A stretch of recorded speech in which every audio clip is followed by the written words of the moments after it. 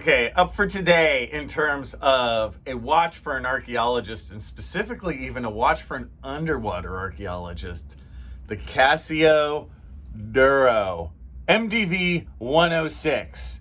Yes, another amazing name for a watch, otherwise called, again, the Duro, or you will hear the Marlin, because it's got the little Marlin on the back and an even smaller Marlin on the front, right there, right above the kind of WR 200 meters.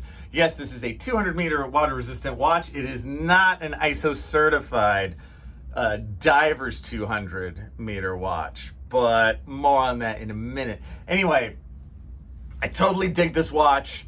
I've had it like 4.5 years, worn it a lot. It checks those archaeological boxes that I always tell you guys. It is cheap, check. It's durable. I've dropped this a bunch of times, hit it into things, doorknobs and stuff, always fine, so check. It is replaceable. You can find these anywhere. You find them on Amazon in the $40 to $50 range, and it is simple, right? It is stick simple. It runs on batteries, which I like. Sorry, Automatic Watch World. I tried with you, man. I tried. But I like battery-powered watches because, hey, they keep decent time. Solar-powered is great, too. The thing that everybody complains about on these is that they're too big. And, yeah, they're pretty big. I would say they wear as about a 45. Some people will say 44. Whatever. Right in there. They do wear big. Largely because the face is so big. Right? It's not even the diameter as much as so much of it is the face. And it really comes front row center and just goes, watch! You know? So for me, on a 6 2/3 inch wrist, it's at the edge. Yeah? Kind of it's okay. Would I be better off with a slightly smaller one? Probably, but whatever. I do find that even though my wrists are pretty skinny, I'm tall, right? I'm 6 feet tall. So it actually, in terms of my overall kind of size of my body and stuff, I don't mind it. I don't feel self-conscious about, oh my God, my watch is too big. This is weird. But it's on the edge. I would say that the rubber strap is cheap, but fine, if that makes sense. Again, this is 4.5 years in. Still works. And it's comfortable. This is one of the most comfortable watches I own. It is heavy though. And so if you're not into that, it is also one of the heaviest watches I own. But I don't seem to mind.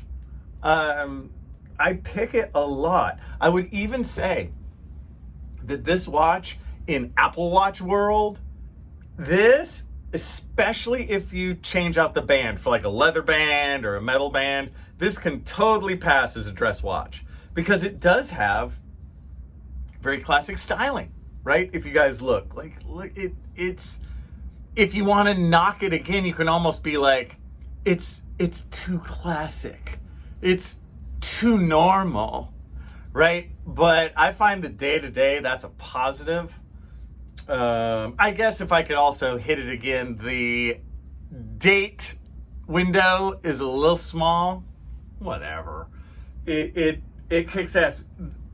Where we may bitch and moan about it being too big, at the same time, the large size can be a great thing because this thing, man, you can see the time from way far away, right? You can't miss what time it is. So actually, in my college professoring world, this is one of my favorite watches to wear while I'm lecturing because I can kind of quickly see what time it is and it doesn't even really look like I'm looking at my watch, right? And kind of keep the flow of things going.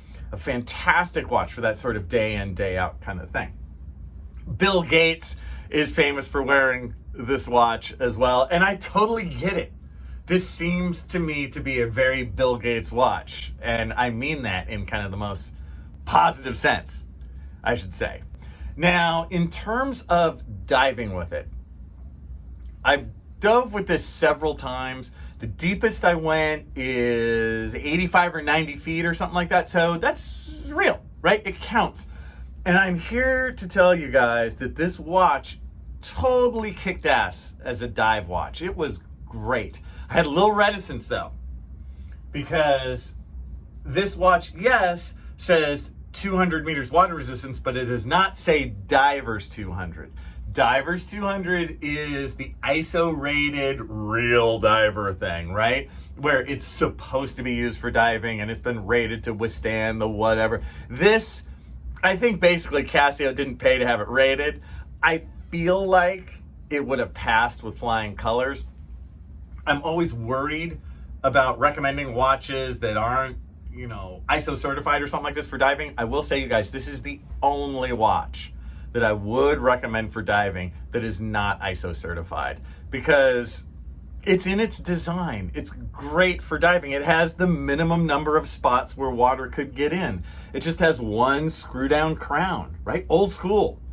And sure, it could maybe get in here in the back, but everything's screwed down. Everything is smartly made. And it also has a bit of that X factor, I would say, while diving. And what I mean is, some watches, as you're diving, you feel like they're gonna fill with water. You feel like they're kind of stressed out. You feel like they're kind of on the edge, right? When you're down there, you're like, I don't know. This is a bad call. This one, I have never felt that way. I was like, wow, this is really rocking. Under the water, that's where the big size becomes a huge positive. Again, the visibility kicks ass. That's where the big fat leather band becomes a huge positive. It's one of my favorite watches for diving, if not my number one favorite. It's top 2 or 3, easy. It just did so well diving. I was so happy about that, because I could have seen it go either way. So in terms of, again, I'm laughing, like the summary of this, it's $50. It's the only watch I would recommend for serious diving that's not ISO certified. And again, the next one above this would cost you $200 easy. It's easy to see the time. It has a battery in it that lasts for 3 years. If you paid a little bit more and got a second band, you could wear it as a dress watch. People complimented me on it sometimes. This is one that's gotten maybe a compliment or two, definitely.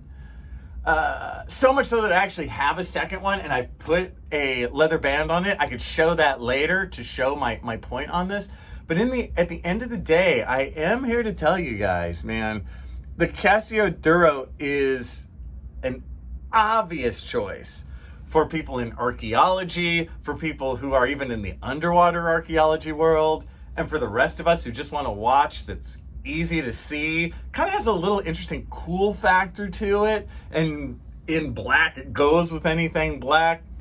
I will say that the nighttime luminescence on this is terrible. But so what? In the end, buy one. They're great.